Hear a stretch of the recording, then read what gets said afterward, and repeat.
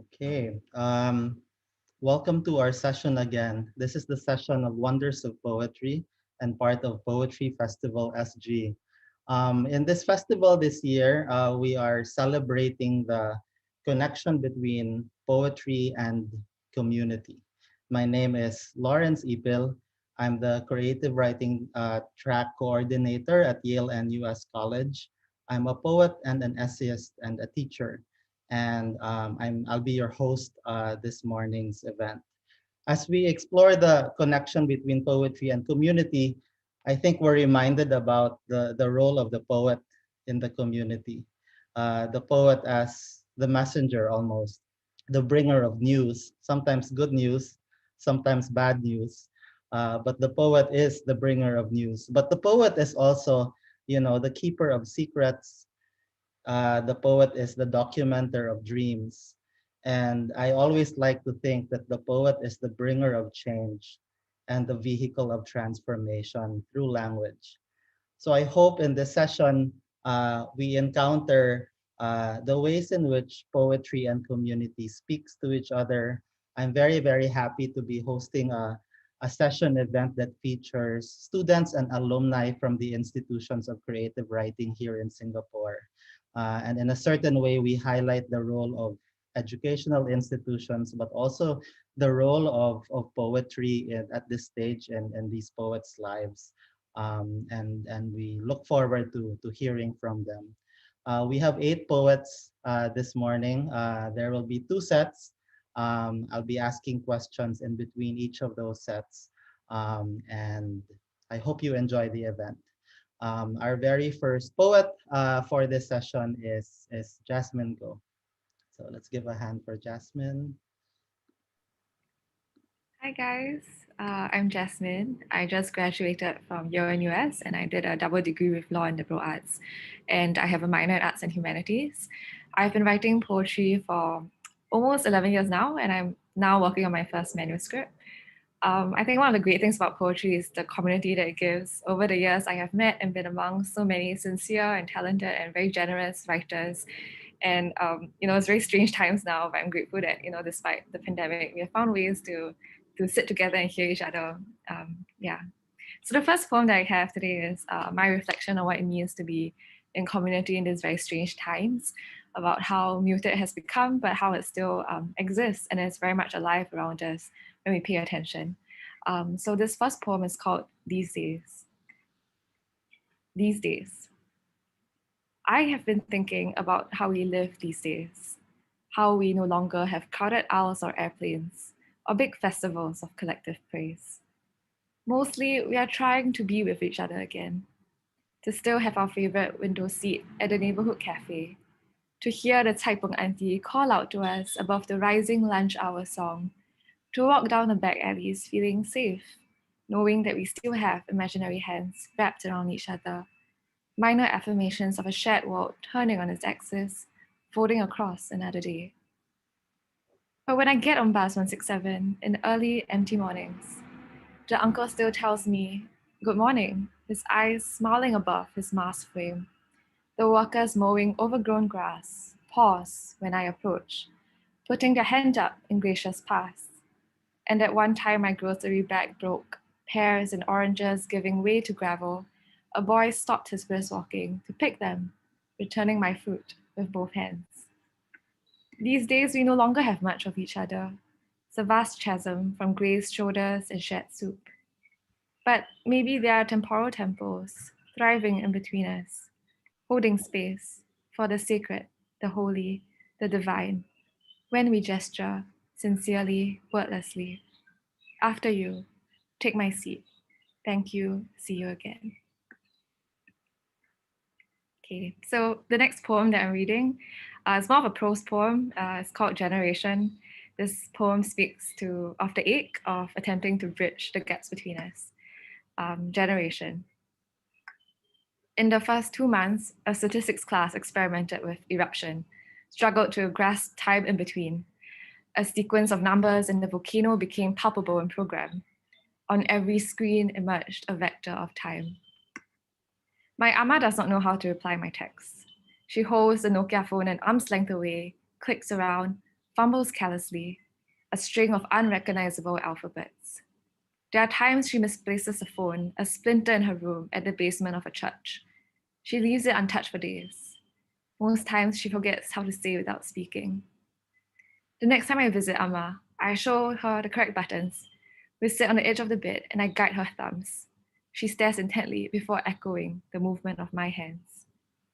A month later, the 2G network expires. The numbers we picked out only began to exist in the spaces, not steady nor absolute, not a first step down the stairs, not the warning before the typhoon. It arrived from the underground and was thrown about. And is your heart not the same way?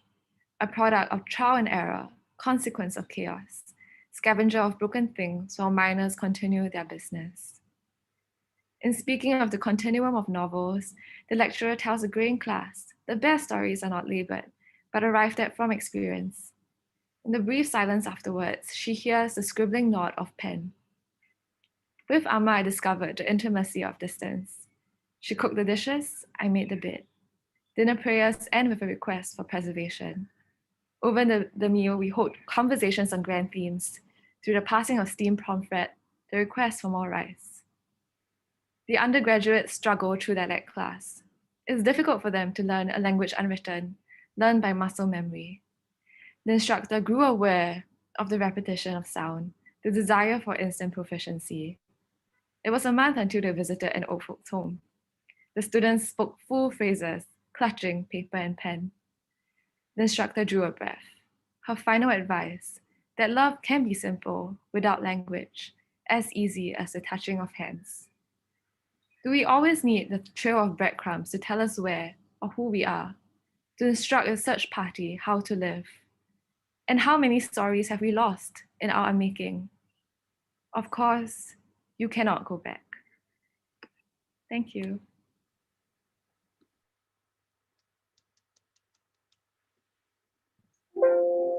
All right. Hi, I'm Brendan Toh, and I am from LaSalle College of the Arts. I recently graduated from the MA in Creative Writing. So the first poem I'm going to read is actually written when I heard about this poetry festival, this Wonders of Poetry, and the theme of community. And I only had 2 days left when I heard of that. So this is what happens when there's a tight deadline and I try to force something out. All right. What carries us? Some days we are each hanging on by a thread thinner than a sliver of silk, taut against billowing smoke. What else can we do but spin a dress together out of the one line keeping us from free fall? Spin a dress that will rise skyward while bathed in the finest suit. So even if the stitches snap apart, it will open up a soft pillowcase that floats us like rivers float leaves, like nights float dreams, like needles float pain. Right? So that's the first poem. And I think it kind of paints a good picture of what my poetry is like. Pretentious nothings, which usually sometimes manage to sound nice. All right, so the next poem is titled How We Try to Exist in the Same Twilight, and is written through this prompting with a friend where we give each other a word and we try and write a poem that contains that word. And the word she gave me was crepuscular, which is a word that sounds kind of ugly considering what it's supposed to be, but we make do with what we have, I suppose. All right, so how we try to exist in the same twilight. We hold hands, holding hands, hands held, and then catch and caught by the grasping, tightening, suffocating, strangling glow of an incidental sunset. It bleeds out from where it is wounded, where the sun slowly, lightly kisses the lips where sky meets sea, the sea and its moving waves, its cellulite curves, crepuscular capillaries burst out of us, from us, and we lose our breath. The last wisps of air leave and left. I don't believe in ghosts, but I can imagine them real, like the indifference stalking our silence or the sheen of sweat haunting our palms. Right, thank you. Hello everyone, my name is Audrey Wan. I'm a second year at Wee Wee School of Communication and Information at NTU, and I've always felt that I was less attuned to writing poetry as compared to prose stories. But after my intro to creative writing class last semester, I realized that poetry can really truly be about anything. The scribbles on the back of your hand, or even a grocery list. So after I had this realization, I found it much more freeing, and I began writing a lot more poetry than I had in all the past years of my life combined. So today my first poem is titled Diary of an Otter Cub, aged 5 months, part of the Bishan otter family. We outstrip the water in arcs, the spray foaming off of our chests. My mother noses at my flank, proud of the strength that has budded from hers. On the wind, a ribbon of scent. My life force roars around my ears, then whittles down to a pinprick of sensation, standing fur and flesh on end. Sunlight catches on a scale. We turn as one vessel for the hunt, spirits cast in sharp relief, all of nature aligning for this one surge of bodies, this savage cut of movement. Then there it is, body limp in the middle of our living, a fish. All morning, the fish command us with their scent until we master them once more with our strength. We dive and leap and twist and slice so my body can do this. So I was made to sink my teeth in flesh mid-air, the fog of birth clearing for ancestral knowledge, now mine in blood and bone. I slip into the skin of memory and I have my breakfast. Afternoons we spend roaming, water slowing off of our backs in sheets. We leave the water but recreate it with our bodies, rippling in our pack across the earth, my brothers and sisters warm and soft as dirt against my back. On land, we are not alone. Walking trees move close enough for us to hear the clumsy rattle of air traded between them. They also move in packs, like rocks worn smooth against each other, a riverbed greeting. Their smell is somewhere between fish and earth. Not good enough to eat, not good enough to roll in, enough for us to pay them no mind. In the sun, we feel the full weight of our bellies, so satiated the air bows with the richness of our breath. So our bodies can do this. So we were made to lace and tussle and stretch and curve. We wonder if those that came before us could do it this well, could curl together so completely and command the earth in sleep. Okay, this poem is called My Lover the Bus. My lover is never on time. When she's late, she huffs apologies and opens her doors a little faster, so I might step into her embrace. When she's early, she refuses to wait. I scour for what she's left behind, exhales of exhaust and her engine leaking tears all along the road. My lover has a revolving cast of paramours. Her affairs are torrid and swift. I pretend not to notice. I know she only stops for me. People ask if it bothers me, having to meet her wherever she goes, squaring my life with her time. I tell them, my life is littered with our meeting places. Her route rewrites the city into poetry. Thank you.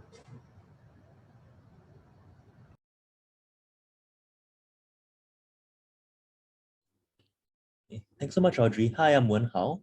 I think I'm just like Jasmine. I recently graduated from Yale-NUS in a double degree program with law, and I majored in literature. I think for myself, I've written poetry for eight years already, since high school, and I think the meaning of writing poetry has really shifted for me. Like when I first started writing, it was very typical angsty teenager, like love poem sort of thing. But as I progressed along my writing journey, and I mean, since today's sharing is about community, I started thinking more about how the act of writing really relates the self to one's friends, one's family, one's country in which, we grow up in and stuff like that. So the poem that I'm reading today is a little bit of a reflection of where the concerns of my writing have like evolved over the years. So I'm gonna read this one poem right now. It's called City of Pentacles. 1. A coin cupped in your palm, milk nickel-plated steel etching, life lining a river, parting, fertile shoots, thin, glorious green all around. 2. Inflows of green for your presentation slides, awash with ripples of radiation. You hunch over the desk. You are your scoliosis-induced slouch, invisible sling from your duffel bag of green on your right shoulder. There are some pain points which lurk. Perhaps your shoes are a little too tight, you tell yourself. Loosen a little. Perhaps you inherited this rigid posture, toe gripping two medallions beneath your seat. Bunions protrude from your big toes. Green for your yoga class. Cat-cow, chow, posing at the Bukit Timah Nature Reserve rock, feigning athletic prowess. 3. Yes to foreign direct investment means no to corporate taxation. No more 9:30 a.m. to 6:30 p.m. with 1 hour lunch break because you may be required to work after office hours, weekends, public holidays. Equates to direct foreign interference, means cannot say no to thank God you're online. Please revert to Earn Jia by Monday morning, thank you. Means no point leaving the chat group on mute as the senior partner saunters out to his vinyasa yoga class. The same class pass you registered for during associate orientation week when the sun could still be seen and you were briefly awash in gold. 4. This is a country of outstretched palms, curling into willing to train without pay should this application be considered. How the coin spent on you would be weightier than a blizzard of gold knuckles hurled at the partner's door. 5. Your footsteps on the soil are raked through, but you begin dreaming up an orchard, rows of green facing the sun. It takes 6 years to spring an apple tree and another 6 years to sketch its fruit into a still life. But YouTube says you can sculpt a six-pack in 6 days, so why not? 6. You dream that the green will sprout green on its own while you sit on a sturdy, swollen root, bulging from the soil like a banyan. And if you get there one day, know that the green would see you as one of its own. The green would nudge its branches against your cheek, curl its creepers around your wrist and neck, and say, leave the rest to me. 7. The green huddles in broken clumps along gazetted heritage and conservation landmarks. Glass buildings have broken through the canopy. Along Marina Bay Financial Center, a mirror is affixed to every wrist, long-sleeved, white shirt and black tie. A coin extended returns another. If two mirrors are held up to each other, a coin fractures into multitudes. Thank you.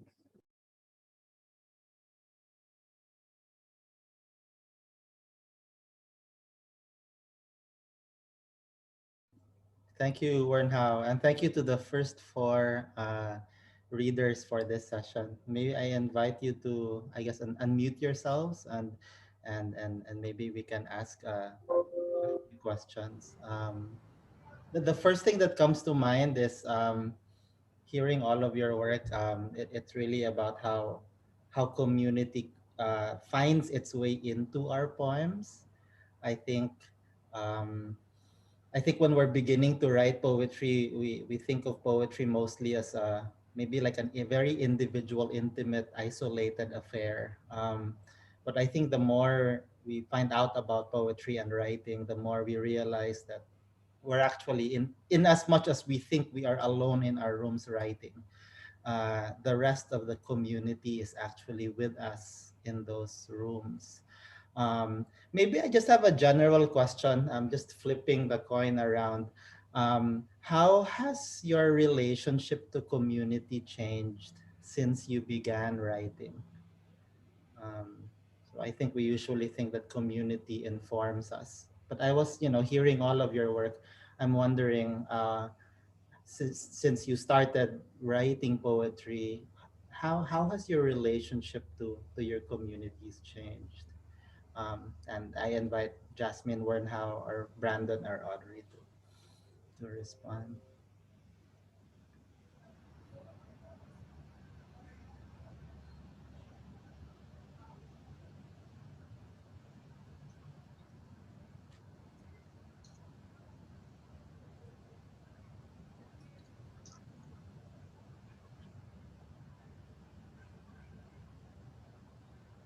Okay, I'll go first.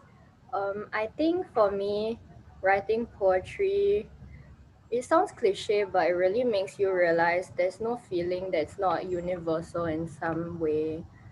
Whatever you've experienced has been experienced before during the total sum of humanity throughout history. So, especially for the feelings of community, of belonging, of connecting with each other during dark times, that's something that's really informed my poetry. And in turn, the poetry that I write echoes throughout my experiences in daily life as well. Yeah. I think I kind of want to bounce off that and also say that I think it's quite strange and a bit paradoxical how I find that writing poetry that's very personal somehow also speaks very much to the universal. And I think that, yeah, that's been my experience of writing poems over the years and sharing like very tender bits of myself and realizing that that actually echoes throughout a wider community and realizing that, yeah, I guess feelings and emotions have company in the world. I think poetry has really helped me realize that. Yeah. Um, I, for me, I guess it's more of really the process of writing and sharing itself. That it is poetry is a interesting way, I would say, of expressing ourselves. Yeah, in ways that just regular colloquial language may not be able to do as well. Yeah. Maybe just a quick follow-up, Brandon. Sorry, this is like a big question, but like, what can poetry do that normal speech cannot? I mean, and any of the four can answer. Because that's a great point. And for those of you before you started writing poetry, there is the you before you started writing poetry, and there is the you when you really kind of gave your heart to it, and in a way things don't remain the same, right? And sometimes we're not sure why, but you're bringing up a very good point. What can poetry do that other forms of maybe genres or languages, forms of speaking cannot? I suppose for me, it is a way for me to be vulnerable without rendering myself um, unsafe or like open to be just hurt. And it is also a way for me to make that vulnerability beautiful. Yeah.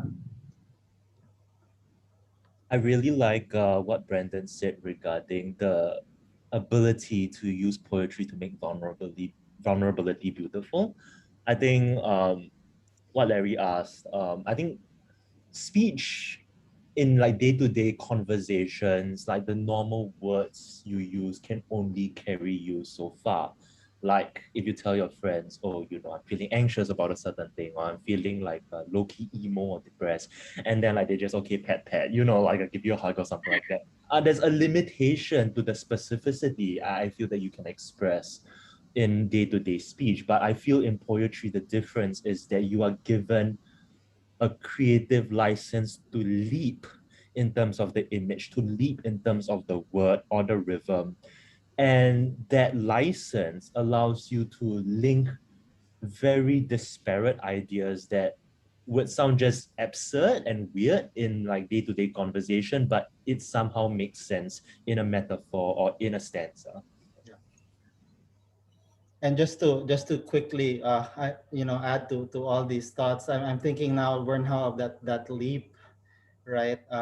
Which might be a leap to community, right? Especially for those of us who might belong to like in really direct communities, or like, might I say, like tribes where it's not really like cool to show feelings, or like there's a certain way of talking that we have with our friends, right? But I wonder if poetry actually allows us to leap out, even outwards from those communities, because sometimes those communities silence, right? And sometimes we don't have direct access to the voice of speech. But I think for those of you who write poetry, you're able to leap out of those circumstances. And like what Audrey brings up, you're able to connect to strangers, to that community, the one that does not know your name, but knows your feeling. Okay. We can go on. We can touch on these topics a bit more towards the end, but let's go to our second half of readers. And the second batch is being led by Ansel. I think it's Ansel, go for it. Yeah. Hello, I'm Ansel. I'm an undergrad at NTU majoring in English. Yeah. So I've been writing poems since I was in secondary school. And I like how free form and just how lyrical and creative it is, I guess. Yeah. And how much leeway it gives me in terms of like experimenting with the different styles. Yeah. So today I'll be presenting a poem called Controlled Shifts. Yeah. It's part of one of my works that I did for my creative writing module in school. Yeah. And so the poem is an amalgamation of two communities that I've always been really interested in, like the literature scene and the Rubik's Cube scene. Yeah. So I've played Rubik's Cube since I was in secondary school. So yeah. And I just combine both to create a poem that is quite interesting. Yeah. And I hope it would interest you guys also in the communities that I feel I belong in. Am I inside? I don't know. Okay, so I have to share screen for this one. Yeah.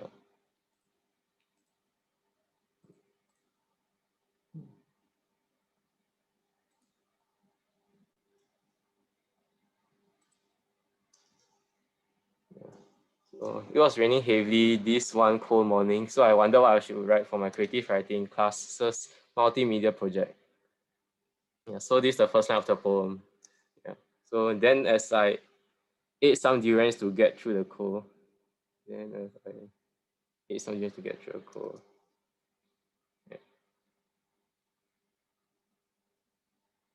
Okay, so after I start turning a cube, so I wrote a few words on a few of the squares on the cube. Yeah. Then to get to the next line, I have to mess it a certain way, and then I'll arrive at my next line. Yeah. So this haiku, durians on bus get fined $500, so only reach it. Yeah. So after like much messing around, I managed to arrive at this. Yeah. Then if hot and cold are opposites, what's warm then? So this is the third line. Then I will mess around with the cube more.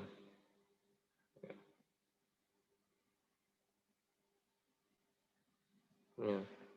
Okay, so after messing around, I swapped some of the words around. So now it's if cold and warm are opposites, what's hot then? So this pay homage to the post-structuralist scene where meaning is like arbitrary, yeah. And binaries are often frowned upon during that period. So I wanted only as a cloud floating over hills. This line from a romantic poem.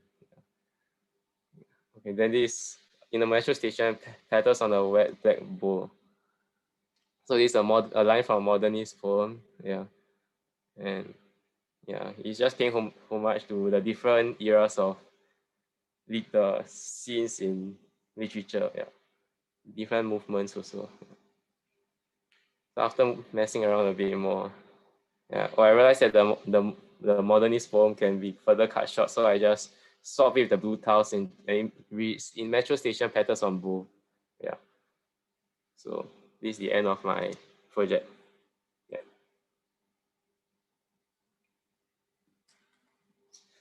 Yeah.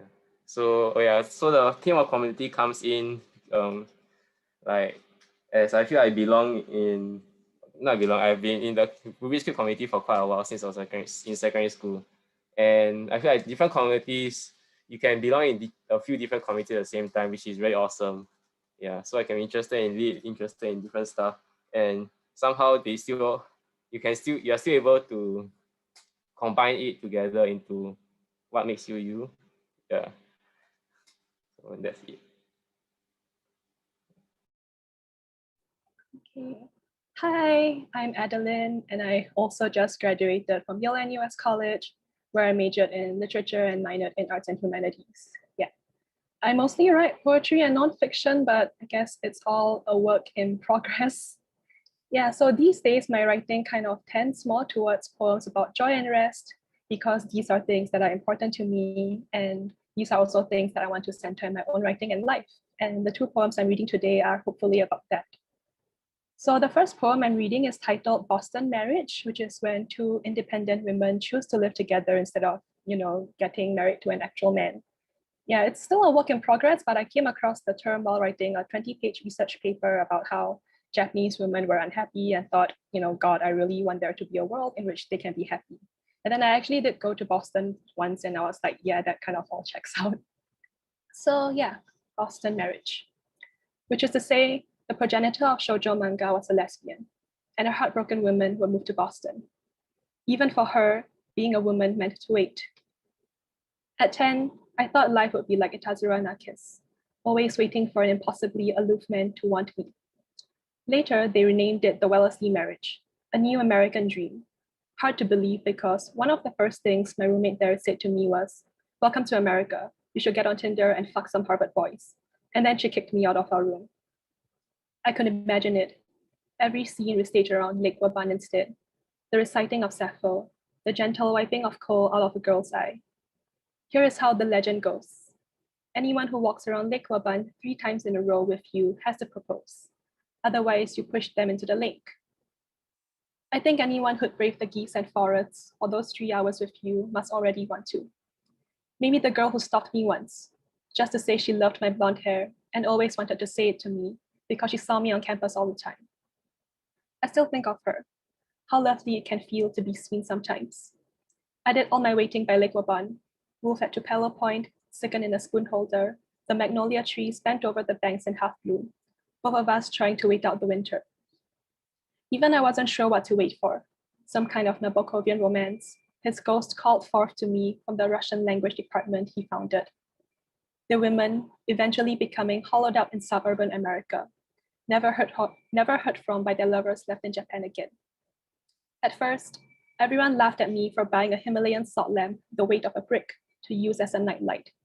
But that one night, when we were all walking back from our daily rounds around the lake and towards Tower Court, there it was, its bright orange glow from my window, a beacon herding us. We stood there, picking blue wildflowers in melted snow under that glow, cold as we were, but with each other to look forward to. Yeah, so that was Boston Marriage. The next and last poem is titled Nausicaa, which is another poem about Greece, where I spent a month in 2018 and have never shut up about since. I'd like to think that everything I write about Greece is, filled with joy. So Nausicaa. Some things I know to still be true, like how I can almost always fall asleep anywhere, as if on command. I have slept in every place I wanted most to remember, carving myself down into devotion. Curled up in a half-cut slab at the marble quarry, sprawled across a blanket laid over the smoothest part of a temple's ruins. How mundane we made it. Me, napping in a basilica by the sea. You, intently watching the crabs in their tide pools instead of our belongings. That month, I washed all my clothes with a bar of soap in my little sink, always scrubbing out grit and grime, remnants from footfalls in every place not meant for rest. When I hung them up to dry on a line that opened up to the olive groves beyond my porch, I thought that I could never bear to lie down anywhere else. The cleanest I could have ever been was when we swam up to a rocky outcrop in the middle of the sea, farther out than imagined, barely darting between barnacled cliffs and the currents that beckoned. To think someone once cared enough to steer a boat here, carefully drill a pool ladder into the rock's ragged surface. How many afternoons spent by everyone who had come after, measuring the headlands that divided the beaches, winking in the sun. I barely held on, half drowned on the way up. Then I lay down, faced the open sea and slept, with nothing but my swimsuit on me. By the time I come to, you have hopped across to the cliff landing, watching the crabs there. The sun, wavering in the distance, not setting. I've always loved this kind of permanence, remembered just for being, always fast asleep somewhere. No boats or wrecks, only a briny aftertaste to every reimaging of me, damp as cloth to skin and sand. Yeah, that's all from me. Thank you.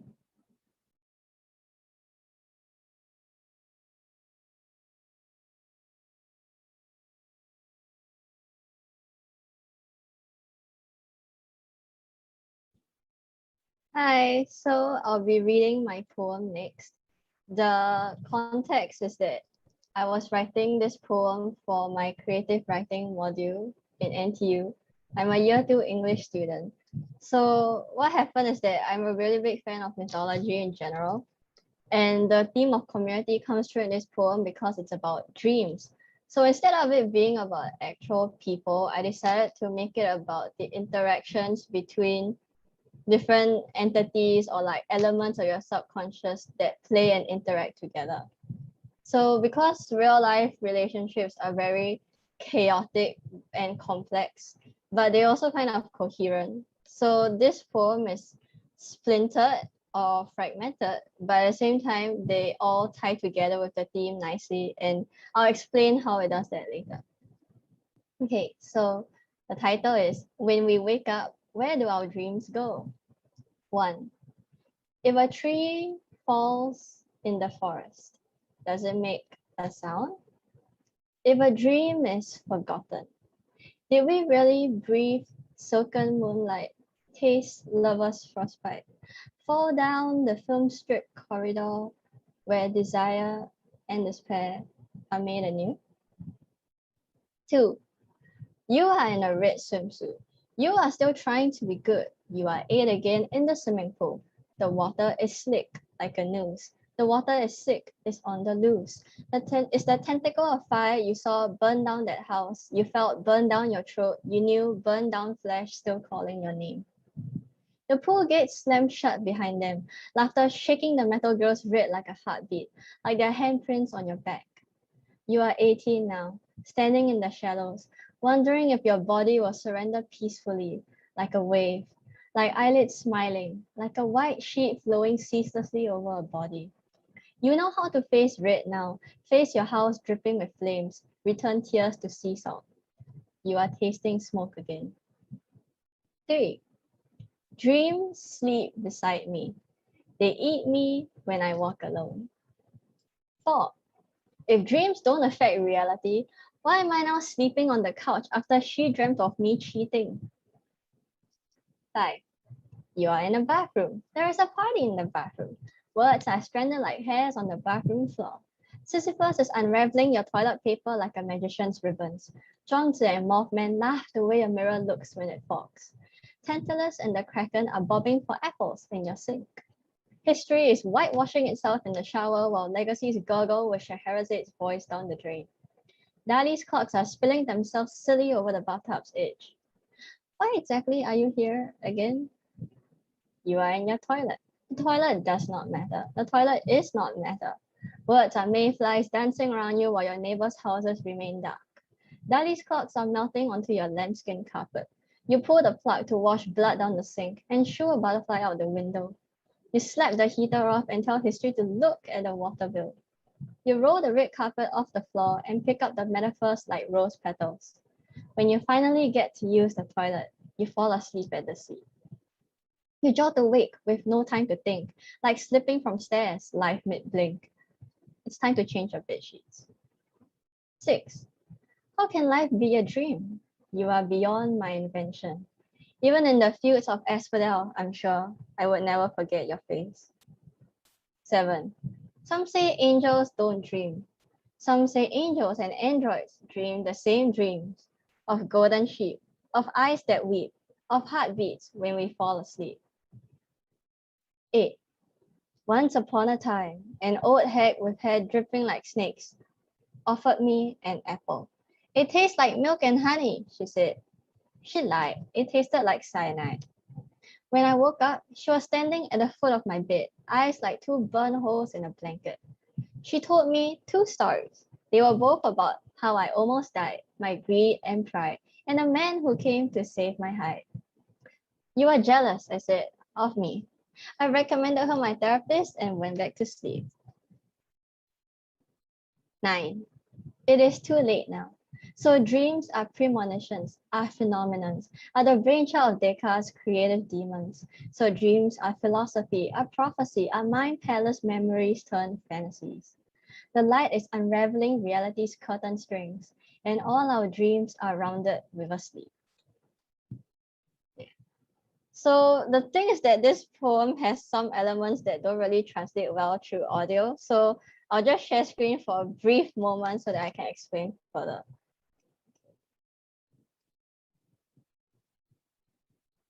Right, okay, so this is the poem. It's very long, I'm so sorry.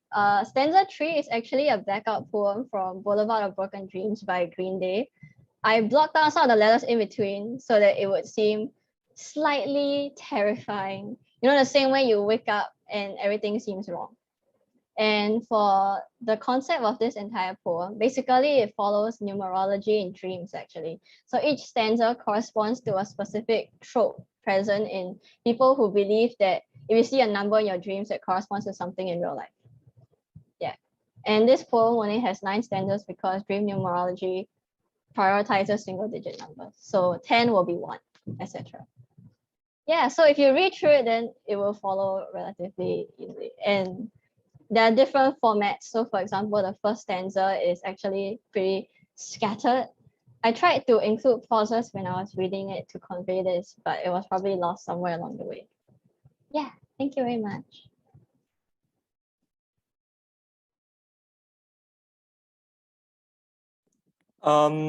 I guess it's my turn. Okay, hi, I'm Sean. I'm a recent urban studies graduate from Yale-NUS College.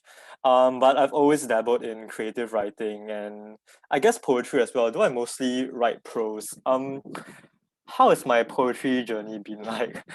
I didn't really dip too much into poetry until like everyone around me was getting into it. So I guess that's the community element. And I think when that happened, it felt a lot less insular than I would have expected poetry to be. I think it's really, as Larry has said earlier, more of a conversation, not just of like, you know, words and ideas, but just feelings and I guess on a more meta level, how are we to think of the world as, you know, people who come to the world with very different experiences. I think the biggest takeaway I've gotten from writing poetry with other people is understanding how other people's like sensibilities, what these sensibilities, how their ways of perceiving the world, how their ways of organizing, sensing the world, the whole like phenomenon of like, you know, being, it's just reflected in how they write. And I think I'm getting it over myself. I think it's been great knowing how other people write and seeing and finding ways to push my own writing in their respect. So for what I brought to this reading, I initially sent in 2 pieces I wrote by myself for Larry's class like a long time ago, but I switched them at the last moment to 2 pieces I wrote with other people during Singapore Remo earlier this year in April. So they are kind of a depressing way to end this reading, but I think I'll go ahead with them anyway. The first one is called Diptych for Smoke Alarm. Some nights I dream of fire, rooms of inner heat. This country is restless, I'm sure of it. Buildings melt, the smoke goes up and makes a sunset of other people's lungs. It's impossible to neglect. It's grand. Someone once told me that this apartment was designed for ventilation, and if all the windows and doors were open and you stood from the right angle, you could point a finger clean through the block like an exit wound. The monsoon winds a bullet rising, your hand over the building's heart rising.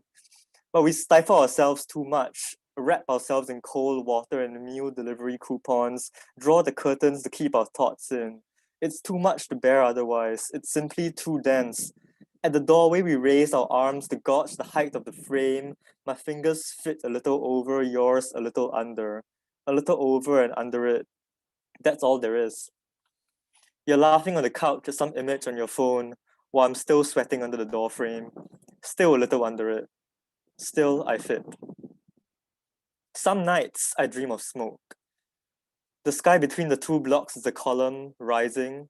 When the sun sets between the blocks, there is a shape like a flare. It shimmers when the wind blows, where the air bends. Vision's a complex thing, you know. The eye registers form while the mind affixes thought. Large things sway on the horizon, and I think with my glasses off, we aren't meant to see things this big. Water spouts, for instance, skyscraper, hurricane, pillar of fire so high you can't see the end of it. They're burning wood in Indonesia. We look at each other and our minds go blank. Each of us is bigger than the other can behold. One of us is taller than the other. Yet each of us can fit under the sky of this apartment, even with all the doors and windows shut and all the curtains pulled down low. And after sunset, the smoke gets in and chokes all of us alive. The second one is titled Solar Punk, which is also about climate anxiety. Before the drought, we fed on nice things. Tilapia, soya, crackling honey algae, bok choy grown fat on the moisture of harvested clouds, tapioca from the back alley gardens mixed into pearls. We flitted from street corner to street corner, reconfiguring our wallets to suit each other's tastes.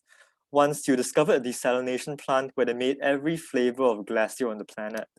And when we kissed, meltwater trickled from our chins. All the while, the air between us broiled like a blister of a heat only our mala-flavored cassava chips could match, a shimmer like the bottom of ice cubes in a thick plastic mug of sparkling sugarcane juice. What else could I say? We enjoyed plenty. We loved sweetly. We danced under the covered walkways. The adaptive solar panels sang for us, for when it rained, it poured. You have to understand that there is no constitutive after to this present, no after to a season defined by lack. Storms still and waters recede, but the sun maddeningly persists. Thank you.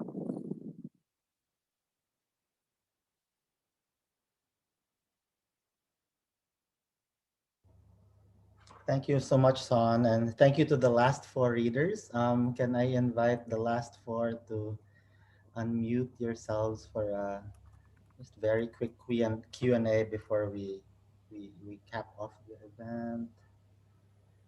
No, I'm just quite thrilled by that last batch. I think it, yeah, if you will allow me to just like, yeah, gush a bit, because like it's the variety of the voices, I think really shone through, and you know, hearing all four of you, the playfulness, if you will, of the ways you approach language or the ways you approach poetry writing, really, you know, really came out.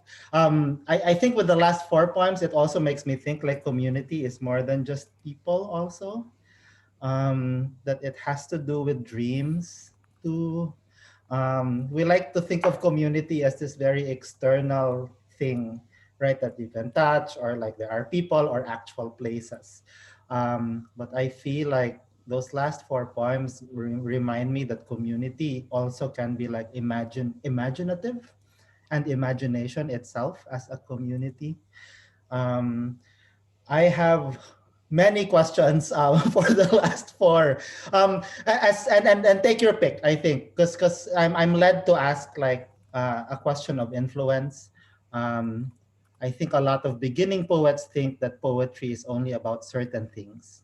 And it sounds like from the last four poets, your poetry has been influenced by many things, even by those things that we don't think is informed by poetry. So I'm partly curious about like what kind of like poem influence that is not usually a poem influence has been very, very important to you, in addition to the Rubik's Cube, obviously. The second question is like a poetry festival SG question. So forgive me a bit with this question, but I want to bring the SG into the room. What has it been like being a young Singaporean poet writing in Singapore?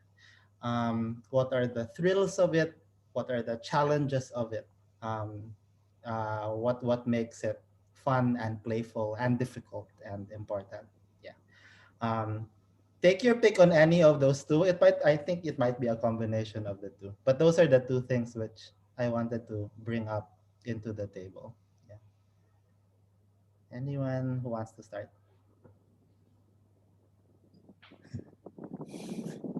Okay, I will answer both questions in sequence.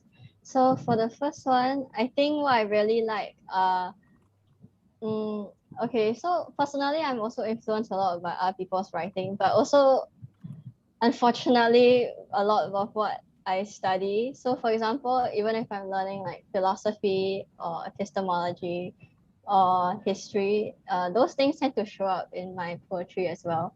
Since I'm forced to do research for academic purposes, I might as well repurpose it for creative purposes. But I'm also very fascinated with what I like to call hyper-specific details. It's like what I consider an upgraded form of that show not tell thing they kept repeating to us in primary school. So for example, it's not about your lover in the room, it's about the space that they take up, their silence, their voice, or perhaps things that they usually do that they're not doing. Yeah, so like I like focusing on those tiny things.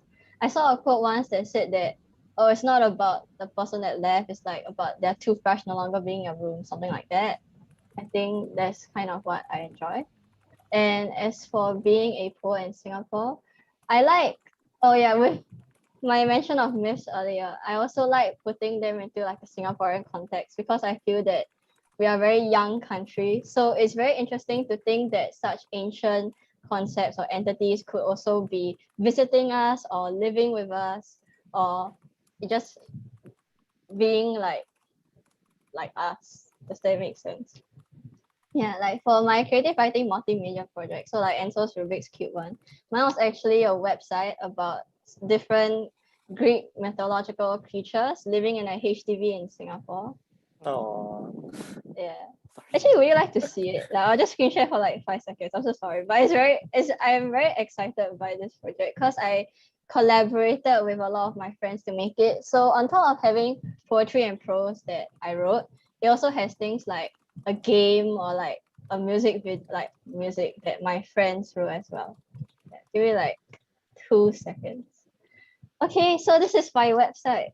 Yeah, my friend drew the art. So on the top left, this is a harpy. So usually they are bringers of bad news, but I feel like in our current climate, that is basically all the news that we're getting. So now this is just her having a loudspeaker. The Asian quail basically blasting news into our eardrums. This is the Swan Maiden. Okay, so it's not Greek, but yeah, basically she's doing her laundry here, where she would normally wash her coat of feathers. This is Severus, look at him. You know those dogs that bark too loudly, but they're your neighbor, so you can't complain because it's not like they can be put down. And you know it's not their fault, but it's the owner's fault. That's them. Lovely little awful things. And then the neighbor that always hoards things in the corridors and blocks your path is the dragon in bottom left. The hero who's trying to now just lead a nondescript retirement is in the middle. And the siren is the neighbor that sings karaoke way too loudly about songs that you don't even like. Yeah. Thank you so much, Yi Tian. This is beautiful. Yeah. Can we hear from the others before we hear from either of those questions from earlier? I could do a bit of my non-answer earlier before I read my poems. Like, the thing you said about what non-poetic thing really rubs off on me. I think thinking about the last few months of me trying to like develop as a writer, it's really listening to the way people speak. Actually, like it's quite refreshing. Like once you realize, your entire existence isn't revolving around reading texts and writing papers. You just listen to the way people speak, and yeah, I just think that's really cool. I don't know whether that's related to anything here or not, but like I think a lot of my recent writing has been in form of just like literally transcribing what someone next to you has said and looking at it and be like, yeah, that's actually really cute. Yeah. As for like how it ties back to being a Singaporean writer, it's something I've always really struggled with. And I think when it comes out in my writing, the most egregious form it takes is that of guilt. Because like Yi Tian has said, like we're a really young country. There isn't a lot of like soil to build on, right? But at the same time, there's also so much soil beyond the country, beyond like the region. We have this huge regional history of the new Santara. The very soil and ocean beneath our feet are rich with these legends, these past, these personalities, these figures that we are never taught in school, that we are never shown as part of our natural histories because they belong to someone else's nation by now, and as a result, when I try to write about, when I think I am a Singaporean, this is what I write as a Singaporean, a lot of it comes out in like, what are we responsible for instead of who we are? Who are we as Singapore responsible for in the region? What do we hold towards our neighbors? And that's why when I tried doing stuff for Singapore Remo, a lot of the stuff that came to mind was really just the climate anxiety, these responsibilities that Singapore has towards, its neighboring countries, and what those countries have in responsibility to us. And I think it's as a Singaporean writer, I feel like a lot of my reasoning about where I am shifts away from the past and towards the present, these webs of entanglement of like, who are we beholden to? What's the world that we live in as an island, not as a nation? I think that's the kind of guilt that seems to come across when I try to type something out nowadays. And that's why I feel makes my writing the most Singaporean, at least to me. Yeah. Wow, I think Sean really just kind of articulated very nicely a lot of my anxieties about like writing about Singapore and like having the identity of a Singaporean poet, because there's a lot that we Singaporeans don't know about our own history, our own regional ties, and it's kind of hard to encapsulate in a poem, like how do you write a poem about Singapore that isn't just about like the HDB or the mama shop or the void deck, When I think about Singaporean poems, I think, if I'm going to write one, I want it to be meaningful. I want it to be able to like contribute to something about knowledge of Singapore, not just kind of like a trite sentimental poem, which, it is still a good poem and it's on its own, but it's not what I want my own writing to tend towards. So it's a bit of a cop-out answer, but I think it's something that requires a lot of constant reflection and that I'm working on myself, just kind of, being more conscious of my positionality and like my own place in Singaporean history before kind of jumping into the frame and be like, oh, here's my collection of Singaporean poems and, I know all about Singapore. And I guess to kind of like go in the reverse order of questions, non-poetic influences. I guess I think for me, I am taking a break from writing, which sounds a bit paradoxical, right? But I think I need that rest to kind of like sit down and figure out where I am in terms of my writing, because, as you know, Larry, I've spent like a year writing poetry nonstop in your classes in Yale-NUS. So I think I need that space to step back and breathe. And, especially being in Singapore where you don't really have space for like rest or like conscious, deep, like measured rest. You are just kind of going at it nonstop once you start a job. I'm working like a 9 to 6. So like even now I'm just like, wow, I don't have time to like breathe. So I think what really grounds me is all my previous experiences in like other places where I've had the time to kind of like consciously rest, like, being in Greece where it was just like 1 month of pure rest. I didn't really do any work, or like having the opportunity to do like a 4-day work week when I did an internship last time, like working 9 to 4 p.m. 4 days a week and having the other 3 days off to like consciously rest and decide what kind of art making or like rest I want to do. I think it's those kind of moments that kind of like ground me being in Singapore in our kind of hustle culture, like thinking about an alternate future, I suppose, of like rest and joy where productive writing and art making can happen, as opposed to kind of like trauma dumping or anything like that. So to add on to what Adeline said about how rest is like, makes you more creative, I guess. Yeah. So what drives me to write poems, it differs in different parts of my life. So I remember in secondary school where there was more time to read more and just play around. I remember my poems were mostly draw inspiration from all the storybooks that I read. Yeah, like from Percy Jackson to I don't know, the King Chronicles to Darren Shan. Yeah, all different series that I read. Then as I grew up and there are more papers to write and more readings to do, more academic readings to do. Yeah, I sort of lost those inspiration, and I just drew inspiration from all the academic stuff that I learned about instead. Yeah. So how it ties into Singapore is, yeah, it's just a work-life balance thing. Yeah, I feel. Yeah, sorry for a sore throat. Yes. Well, thank you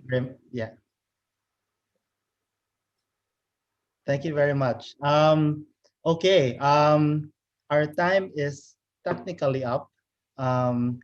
Thank you to all those watching who have joined us for the past hour. And I'm really hoping this session, over above all other sessions, I would like to say, gives viewers a chance to get a sense of the kind of poems that Singapore is producing, will be writing, and the kind of sensibilities that will shape, the next years, the next decades. These are the poets to listen to, and these are the poets to enjoy, dare I say, to enjoy the words. Shout out to everyone. Thank you to all 8 poets. I wanted to just give a round of applause to everyone, and congratulations to Poetry Festival SG for hosting these yearly events. We hope to come again next year.